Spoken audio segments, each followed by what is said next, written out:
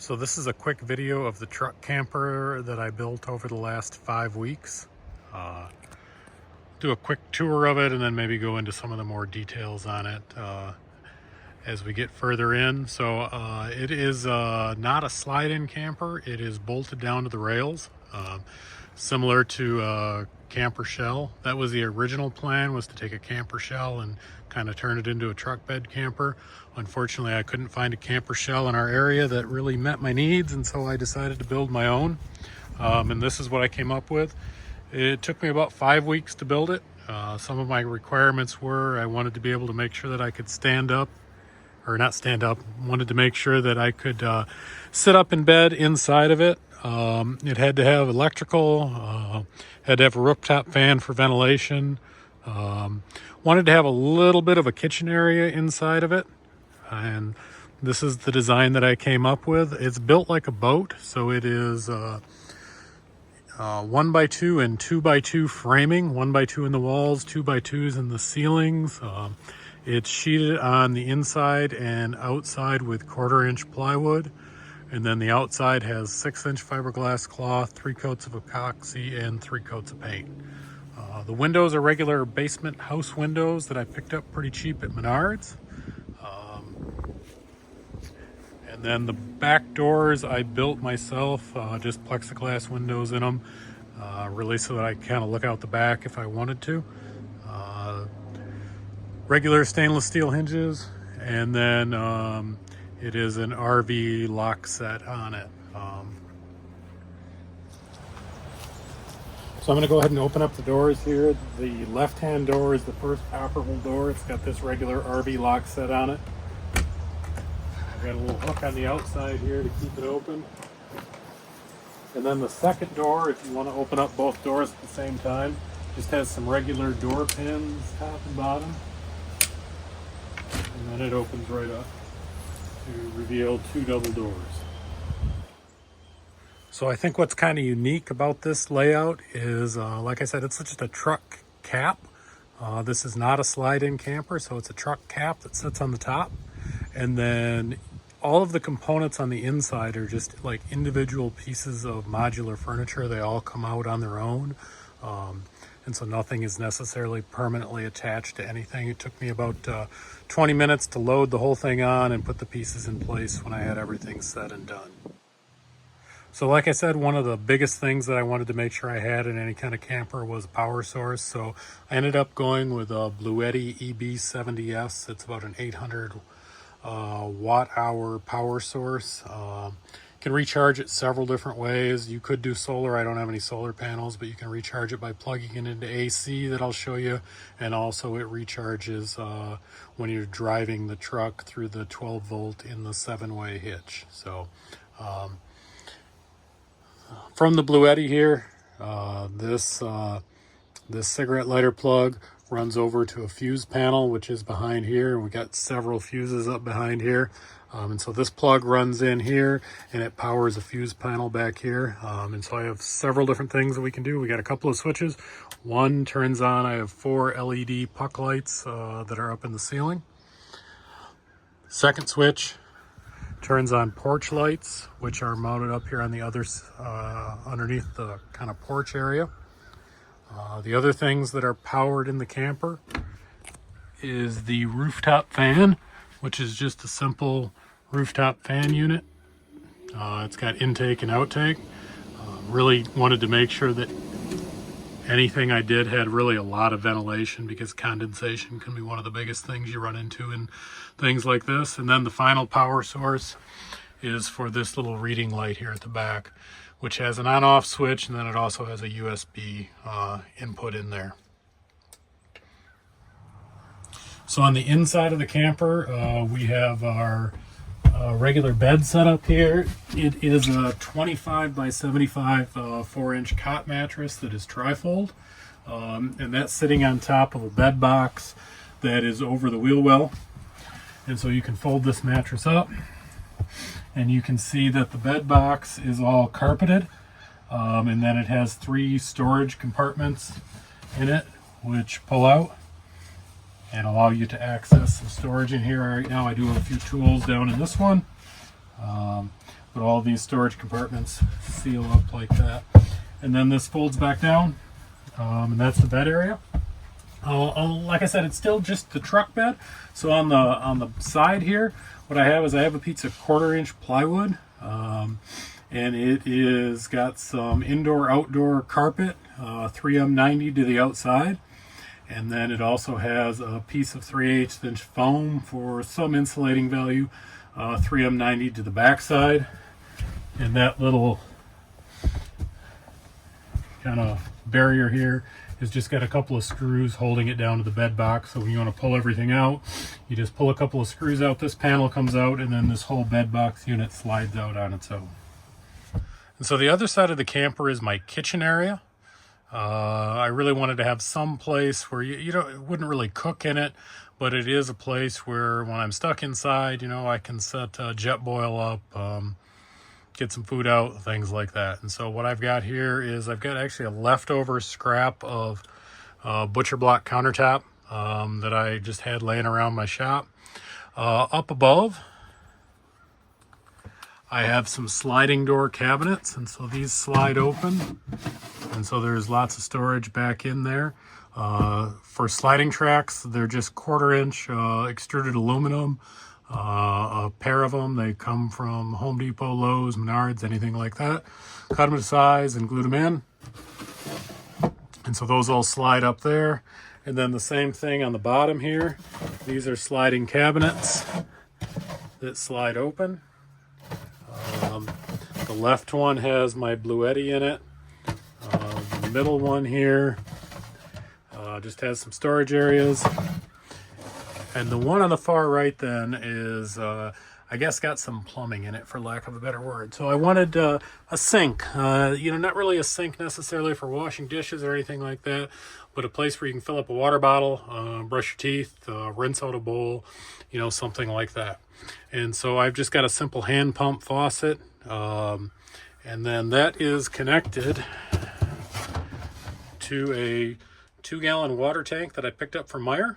And that drains down. You can't see it back in there, but that just drains into another little 1-gallon tank. So I was out for about 7 days. I went through about 1 3/4 gallons of water, just filling up some water bottles, brushing my teeth, washing out a cereal bowl, things like that. Also have a trash can down there, and that just closes up that way. So one of my other, requirements was if I wanted to be able to sleep 2 people in here. If my wife wanted to come along. And so, while it certainly would be cramped and it's not ideal, I did order another one of these mattresses.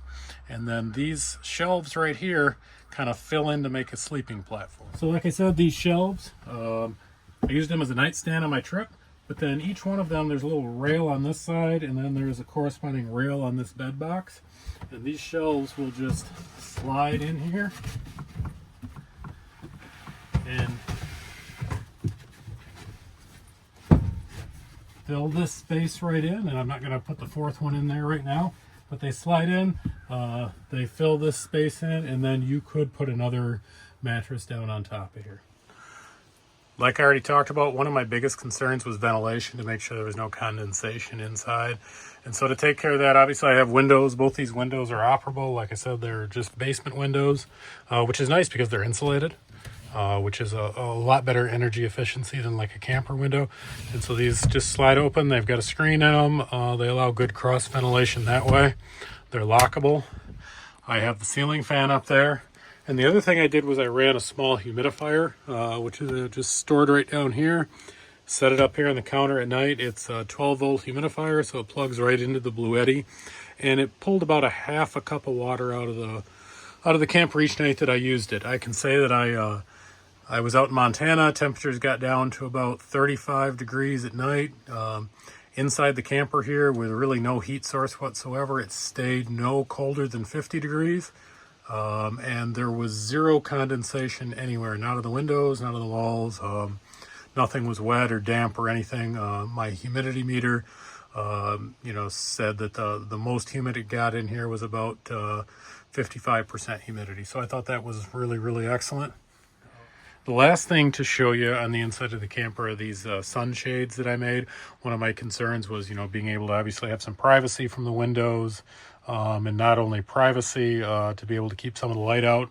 On my trip from Michigan to Montana, I spent a few nights in truck stops along the way, and I was able to keep it really pitch black and quiet in here, even being in a bright truck stop parking lot. And so what I made were these sunshades.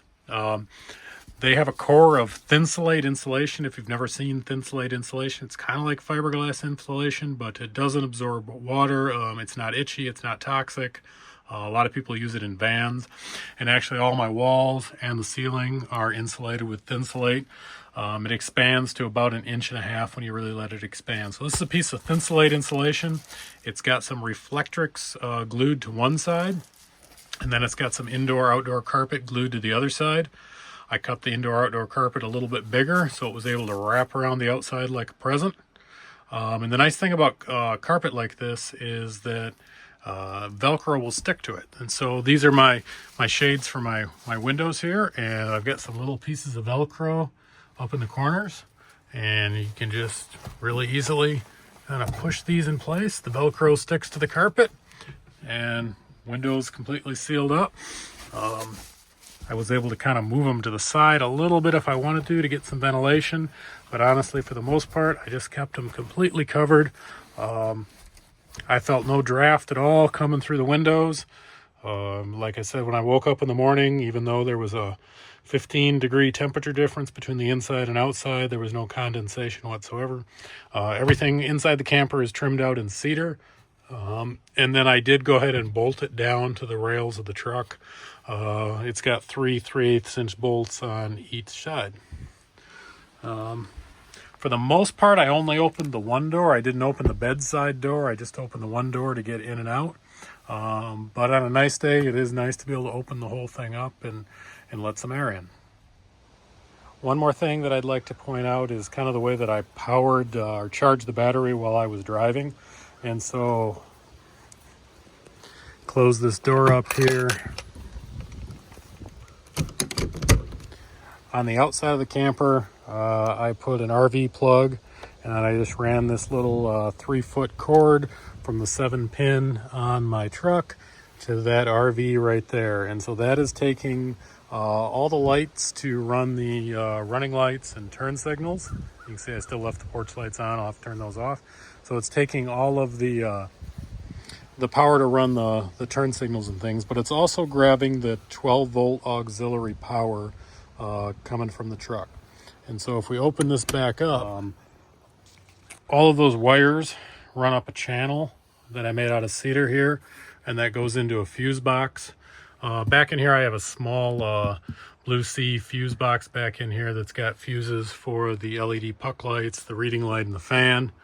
And then all of the lights coming from the camper itself for the running lights, tail lights, and things all join up in here. But then the other thing it's got is it has I grabbed that 12-volt power out of the trailer, and it's wired into this cigarette lighter right here. And then that cigarette lighter runs to here, to this end right here, and then you can plug in and power the Bluetti from that. And so as you can see, I'm grabbing about 9 watts of power right now. It's not a lot. When the truck's running, it does grab more. And then I always just made sure that when I was parked for a while that I unplugged this so I wasn't draining my truck battery at all. Anyway, so that's kind of it. That's my camper build that I wanted to show you. Like I said, my initial plan was to purchase a shell and just kind of build out the inside. When I couldn't find one, I just made my own. As I indicated, it's built like a boat. I was in some pretty torrential rain on my drive from Michigan to Montana. Never leaked at all, and I really don't have any fear at all about it leaking. It's really well sealed up with fiberglass and epoxy. Really don't know the weight of it. It's obviously heavier than a camper shell would be, but I would say the whole thing, including the components on the inside, might be running 600 pounds, which is well under the the payload capacity of the truck. One thing I wish I had done is put some kind of airfoil on the front, and I still might build something on there. Might help a little bit with gas mileage, but that's about it. Anyway, I hope you enjoyed. I know that when I was trying to find some ideas to build this one out, I found a lot of great ideas on YouTube, and so hopefully people can find a few things that they can take out of this one.